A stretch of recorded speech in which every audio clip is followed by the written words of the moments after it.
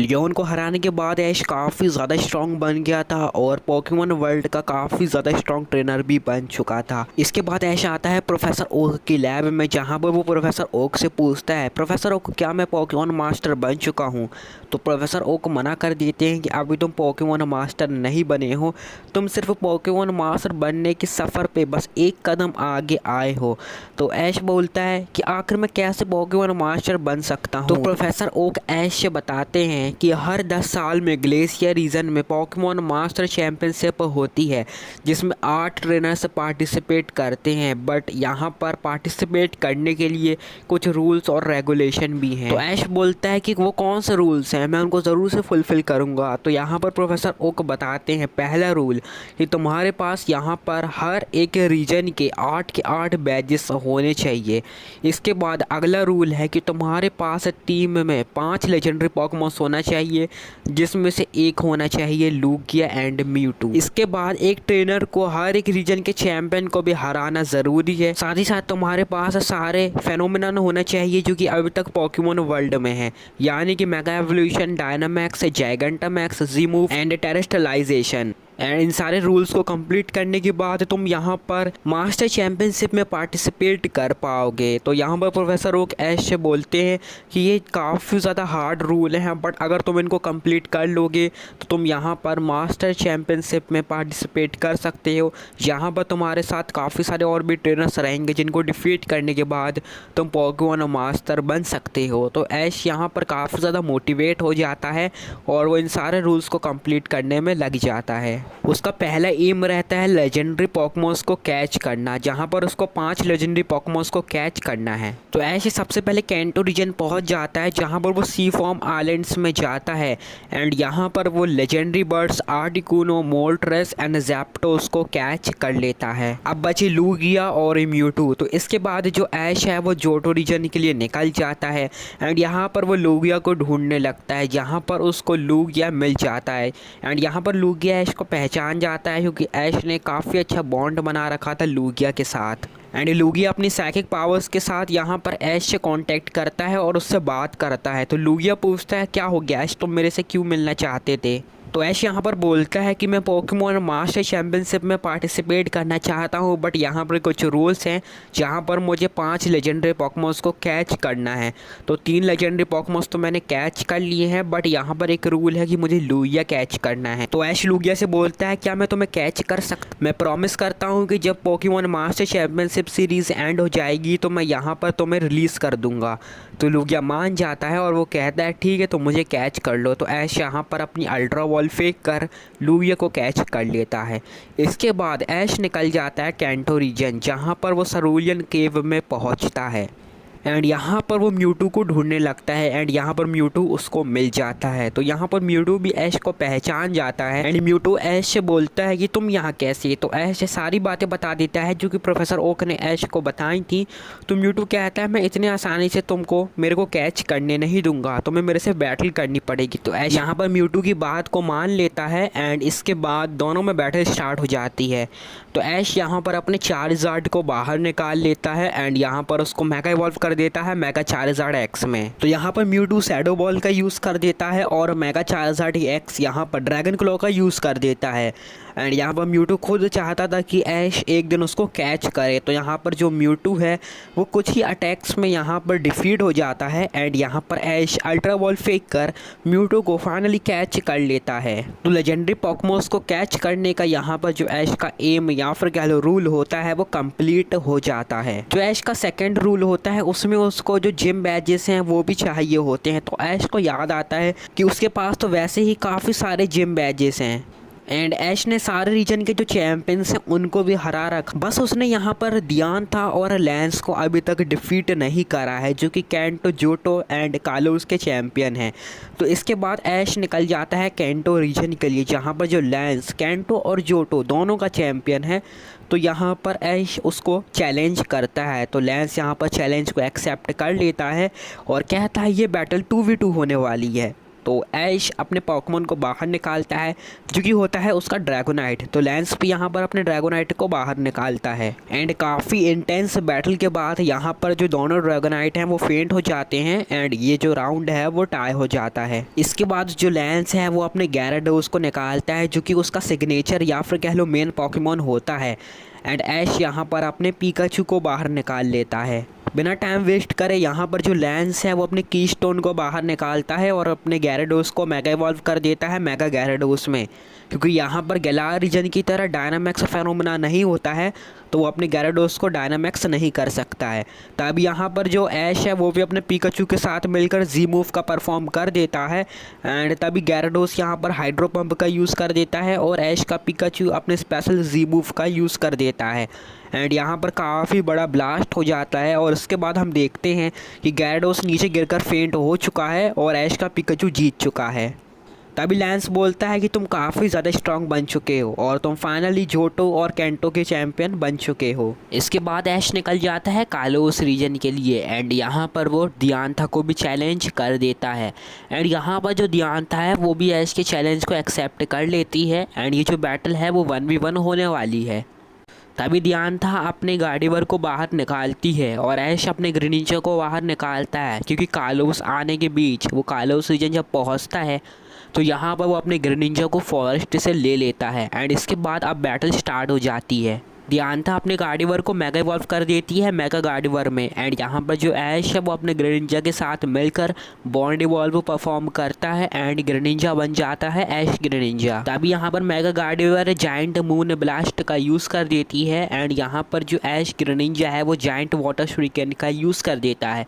दोनों के अटैक एक दूसरे से टकराते हैं एंड एक काफ़ी बड़ा एक्सप्लोजन हो जाता है पूरे स्टेडियम में एंड इसके बाद हमें देखने के लिए मिलता है कि ग्रेनिंजा ऊपर खड़ा हुआ है एंड गार्डिवर नीचे गिरकर फेंट हो गई है, मतलब ऐश का ग्रेनिंजा जीत चुका है एंड ऐश ने फाइनली दियांता को भी डिफीट कर दिया है एंड बन चुका है कालोस रीजन का वो चैम्प। बट यहाँ पर ऐश को बस एक रूल को और कंप्लीट करना है जो कि है टेरेस्ट्रलाइजेशन, जो कि पाल्डिया रीजन में है एंड इस फेनोमेना को कंप्लीट करने के लिए उसे जाना पड़ेगा पाल्डिया रीजन। सो ऐश निकल जाता है पाल्डिया रीजन के लिए एंड यहाँ पर वो थोड़ी देर बाद पाल्डिया रीजन फाइनली पहुँच जाता है जहाँ पर काफ़ी अलग अलग टाइप के पोकेमॉन्स भी होते हैं।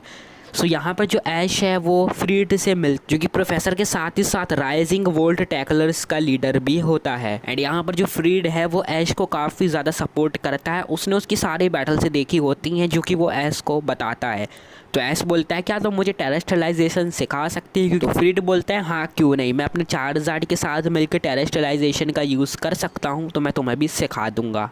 तो पहले तो फ्रीड ऐश को टेरेस्ट्रलाइजेशन के कुछ रूल्स बताता है कि तुम बस एक ही पोकेमॉन को पूरी बैटल में टेरेस्ट्रलाइज कर सकते हो जब तक बैटल एंड नहीं हो जाती। साथ ही साथ यहाँ पर टेरेस्ट्रलाइजेशन यूज़ करने के बाद तुम्हारे जो पोकेमॉन है उसकी टाइप चेंज हो जाती है, जो कि डिपेंड करता है तुम्हारे मूव पर तुमने किस तरीके का टेरा मूव यूज़ करा है।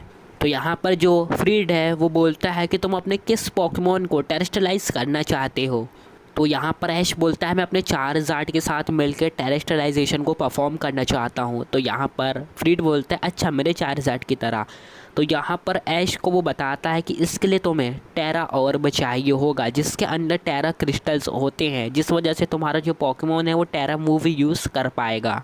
तो इसके बाद जो फ्रीड है वो ऐश को टेरा ऑर्ब देता है। तो यहाँ पर अब ऐश अपने चार्जार्ड को बाहर निकाल एंड फ्रीड भी अपने चार्जार्ड को बाहर निकालता है इसकी प्रैक्टिस करने के लिए। तो ऐश अपने टेरा मूव का यूज़ करता है, डार्क टाइप का यूज़ करता है वो एंड यहाँ पर जो फ्रीड है वो भी अपने चार्जार्ड पर टेरा मूव का यूज़ करता है, वो भी डार्क टाइप का मूव यूज़ कर देता है। दोनों के चार्जार्ड डार्क टाइप के बन जाते हैं एंड यहाँ पर वो अपने मूव का यूज़ करते हैं। ऐश का चार्जार्ड फ्लेयर ब्लेड्स का यूज़ कर देता है और फ्रीड का चार्जार्ड यहाँ पर यूज़ कर देता है एक्रोबैटिक्स का। बट यहाँ पर जो ऐश का चार्जार्ड है वो फेंट हो जाता है क्योंकि उसने पहली बार यूज़ करा था टेरा मूव का। बट फ्रीड बोलता है अगर तुम इसकी प्रैक्टिस करते रहोगे तो तुम टेरा मूव को भी मास्टर कर लोगे। तो ऐश फ्रीड को थैंक्स बोलता है और फाइनली उसने टेरेस्ट्रलाइजेशन को भी अचीव कर लिया है और अब वो एकदम रेडी है पोकेमॉन मास्टर चैम्पियनशिप में पार्टिसिपेट करने के लिए। ऐसे रास्ते में ही होता है जहाँ पर वो कैंटो रीजन जा रहा होता है, तभी उसको यहाँ पर एक शैडो ट्रेनर मिलता है जो कि ऐश से बोलता है, क्या तुम पोकेमॉन मास्टर चैंपियनशिप में पार्टिसिपेट करने वाले हो? तो ऐश बोलता है हाँ। तो यहाँ पर वो बोलता है क्या तुम मेरे से बैटल करोगे, मेरे को प्रैक्टिस करनी है। तो ऐश मान जाता है क्योंकि उसको भी प्रैक्टिस करनी होती है। तो वो जो शैडो ट्रेनर है वो अपने ग्लेली को बाहर निकालता है और ऐश यहाँ पर अपने इन्फरनेप को बाहर निकालता है। तो यहाँ पर वो ट्रेनर अपने ग्लेली को मेगा इवॉल्व कर देता है मेगा ग्लेली में। एंड यहाँ पर जो ऐश है वो अपने इन्फरनेप की ब्लेज एबिलिटी को अनलॉक करवा देता है और दोनों में फाइट हो जाती है। इन्फरनेप फ्लेम टोवर का यूज़ कर देता है एंड मेगा ग्लेली यहाँ पर डार्क पल्स का यूज़ कर देता है। एंड इसके बाद यहाँ पर जो इन्फरनेप है वो ग्लेली को डिफीट कर देता है। यहाँ पर जो वो शैडो ट्रेनर होता है वो अपने केप को बाहर निकालता है और हमें देखने के लिए मिलता है कि वो असल में रिची होता है। और ऐश और रिची एक दूसरे से हाथ मिलाते हैं और रिची कहता है कि मैं भी पोकेमॉन मास्टर चैंपियनशिप में पार्टिसिपेट करना चाहता हूं, बट मेरे most of the rules complete नहीं हैं। तो ऐश बोलता है मैंने अपने सारे रूल्स कंप्लीट कर लिए हैं एंड काफ़ी जल्द मैं पोकेमॉन मास्टर चैंपियनशिप में पार्टिसिपेट करूंगा। तो रिची बोलता है बहुत बढ़िया। तो इसके बाद रिची वहाँ से चला जाता है और ऐश प्रोफेसर ओक की लैब में आ जाता है और प्रोफेसर ओक से बोलता है प्रोफेसर ओक मैंने सारे रूल्स कंप्लीट कर लिए हैं। तो प्रोफेसर ओक बोलते हैं ठीक है, अगले ही महीने यहाँ पर पोकेमॉन मास्टर चैंपियनशिप स्टार्ट होने वाली है जिसके लिए तुम्हें ग्लेशियर रीजन जाना पड़ेगा, बट उसके लिए तुम्हें गिराटीना की हेल्प लेनी पड़ेगी। तो ऐश बोलता है क्यों? तो गिराटीना की मदद से तुम यहाँ पर ग्लेशियर रीजन जा पाओगे क्योंकि वो दूसरे पोकेमॉन वर्ल्ड में है, हमारे पोकेमॉन वर्ल्ड में नहीं है। एंड इस चैंपियनशिप में 8 के 8 पोकेमॉन वर्ल्ड के सबसे स्ट्रॉन्ग ट्रेनर्स आएंगे एंड हमारे वर्ल्ड में से तुम जा रहे हो। तो यहाँ पर जो ऐश है वो चला जाता है सिनो रीजन जहाँ पर वो गिराटीना से मिलने की कोशिश करता है, बट गिराटीना उसको कहीं नहीं मिलता है। तो ऐश को लगता है गिराटीना लगता है उसके डिस्टोर्शन वर्ल्ड में है। तभी ऐश एक जगह बैठा होता है और तभी गिराटीना अपीयर हो जाता है जो कि ऐश से बोलता है कि क्या तुम मेरे को ढूंढ रहे थे? तो ऐश बोलता है हाँ, मेरे को यहाँ पर दूसरे पोकेमॉन वर्ल्ड में जाना है जहाँ पर मेरे को ग्लेशियर रीजन में जाना है एंड पोकेमॉन वर्ल्ड चैंपियनशिप यानी कि पोकेमॉन मास्टर चैंपियनशिप में पार्टिसिपेट करना है। तो गिराटीना यहाँ पर मान जाता है एंड कहता है जब भी तुम्हें चलना हो तुम सिनो रीजन आ जाना एंड मेरे को बस याद कर लेना तो मैं तुम्हें वहाँ ले जाऊँगा। बाद ऐश चला जाता है प्रोफेसर ओक की लैब में क्योंकि प्रोफेसर ओक ने ऐश को बुलाया होता है।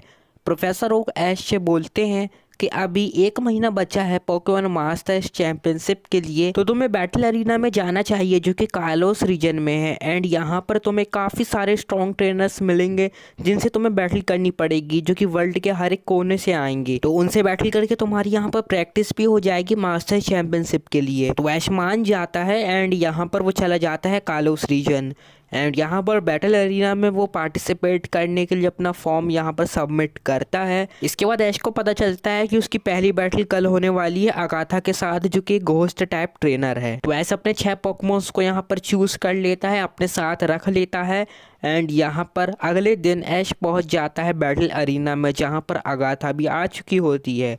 तो अगाथा बोलती है अच्छा तुम हो कैंटो के चैंपियन, तो चलो हो जाए एक धमाकेदार बैटल। तो ऐश बोलता है हाँ क्यों नहीं। तो रेफरी बोलता है ये जो मैच है वो 6v6 होने वाली है एंड यहाँ पर दोनों ट्रेनर्स सिर्फ एक ही फेनोमेना का यूज कर सकते हैं पूरे बैटल में एंड तभी बैटल स्टार्ट हो जाती है। अगाथा अपना पहला पोकेमॉन भेजती है जो कि होता है उसका क्रोबैट।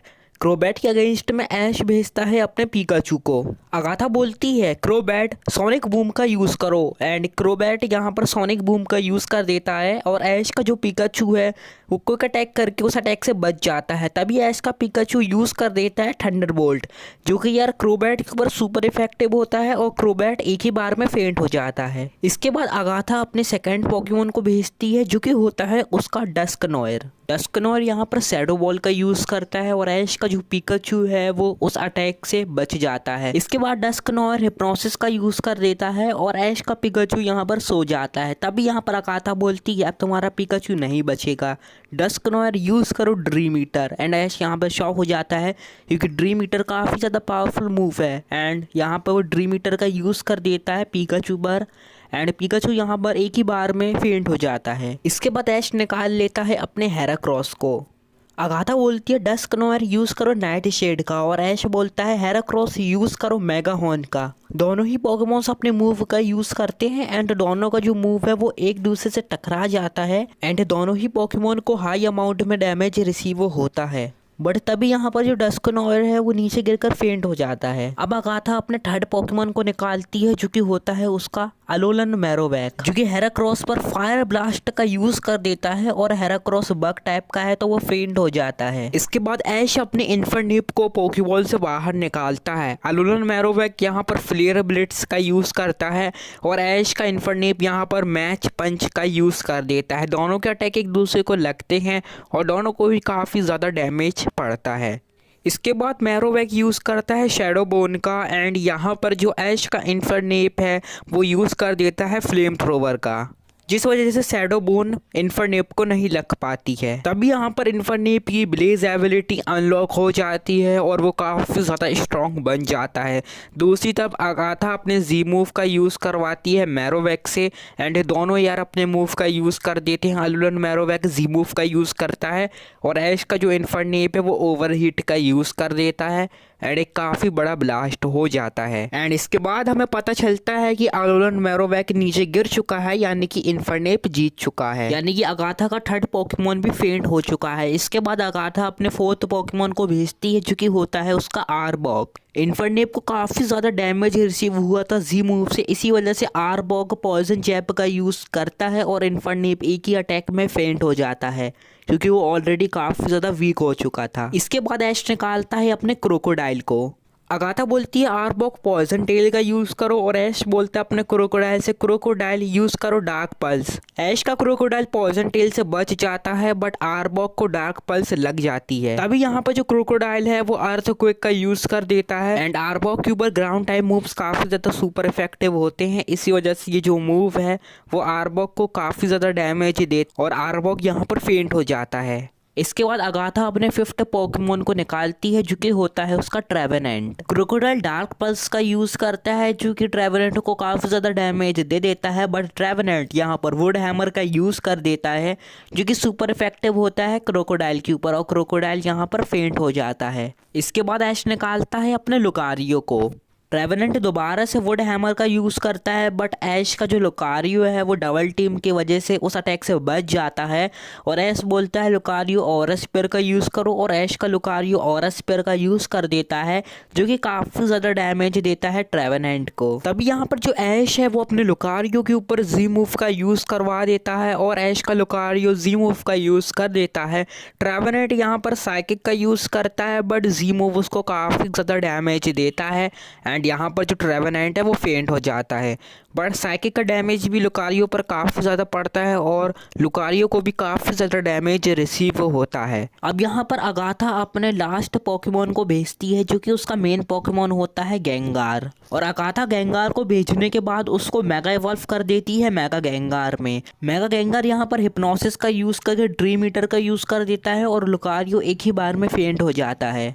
तभी ऐश भी अपने लास्ट पोकेमॉन को भेजता है जो कि होता है उसका गेंगार। स्टेडियम में गैलार पार्टिकल्स भी छोड़े होते हैं जिस वजह से कालोस रीजन ट्रेनर्स हैं वो जाइगेंटामैक्स और डायनामैक्स यूज कर सकते हैं। तो ऐश की डायनामैक्स बैंड एक्टिव हो जाती है और ऐश अपने गेंगार को जाइगेंटामैक्स कर देता है और अब फाइनल बैटल स्टार्ट हो जाती है मेगा गेंगार वर्सेस जाइगेंटामैक्स गेंगार के बीच में। तभी ऐश बोलता है मैं इस बैटल को ज्यादा लंबी नहीं खींचना चाहता हूँ, गेंगार यूज करो जी मैक्स टेरर। और अगाथा अपने मेगा गेंगार से बोलती है बनाओ जायंट शैडो बॉल और उसका यूज करो। अगाथा का गेंगार जायंट शैडो बॉल का यूज करता है और ऐश का गेंगार जी मैक्स टेरर का यूज कर देता है। दोनों के मूव एक दूसरे से टकराते हैं और एक काफी बड़ा एक्सप्लोजन हो जाता है पूरी बैटल अरीना में और फिर हमें पता चलता है कि अगाथा का गेंगार फेंट हो गया है और ऐश का गेंगार जीत चुका है, यानी कि ऐश है इस मैच का विनर। तो अगाथा बोलती है तुम काफी ज्यादा स्ट्रॉन्ग ट्रेनर हो और ऐश अगले मैच के लिए क्वालिफाइड हो जाता है। बैटल अरीना से बाहर आने के बाद ऐश को पता चलता है कि उसकी जो अगली मैच है वो होने वाली है रेहान के साथ जो कि कल होने वाली है।